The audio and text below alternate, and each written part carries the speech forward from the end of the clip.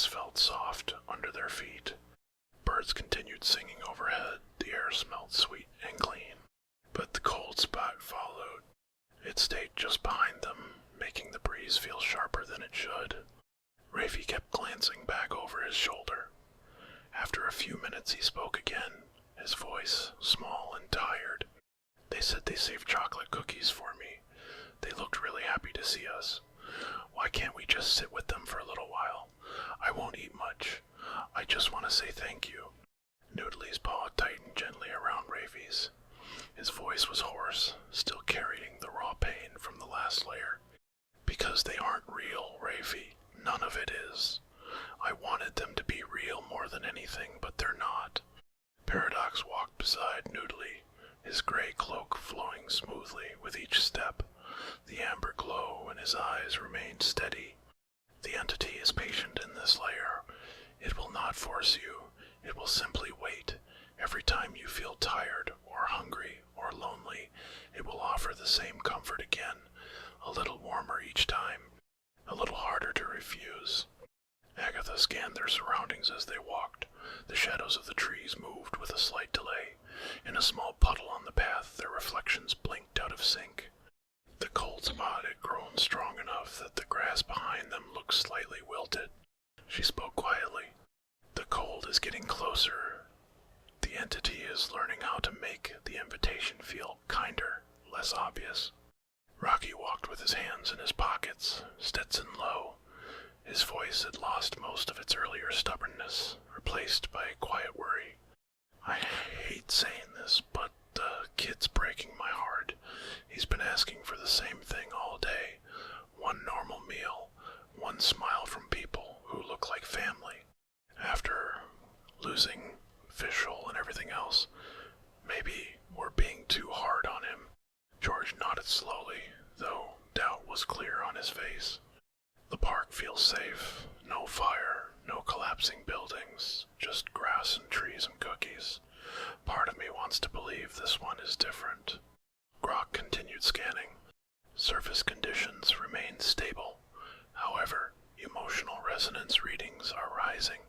The layer is adapting to our fatigue levels. They reached a small clearing with wooden benches. The group stopped to rest.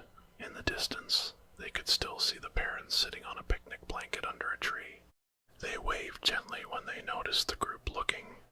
The smell of warm chocolate cookies drifted across the clearing on the breeze. Rafey sat on the bench and hugged his knees.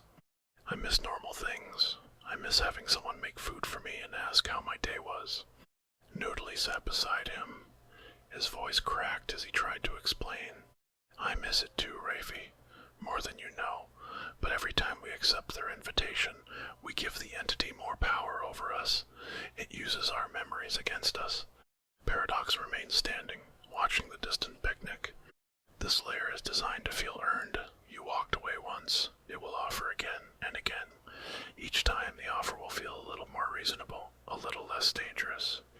As he spoke, the parents stood up from their blanket and began walking slowly toward the clearing, still smiling, carrying the picnic basket between them. Agatha noticed something new. In the grass near the approaching parents, small white flowers were blooming in perfect patterns, too perfect, like they had been arranged rather than grown naturally. She also saw, for a brief moment, a small white shape gliding through the air above the trees. Fischl moved silently between branches, orange cap bright, before disappearing again. Only she saw it. The parents stopped a respectful distance away. "We didn't mean to intrude," Noodly's mother said kindly. "We just thought you might be hungry after all that walking. The cookies are still warm." Rafey looked at Noodly with big, tired eyes. Noodly's paws shook. The smell of the cookies made his stomach twist with both hunger and grief. He forced the words out. "We're not hungry right now, thank you."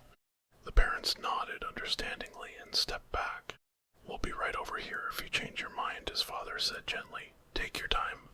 As they returned to their blanket, the breeze carried the cookie scent stronger than before. The group sat in heavy silence. The park remained beautiful. The sun stayed warm, but the cold spot had moved closer, settling around their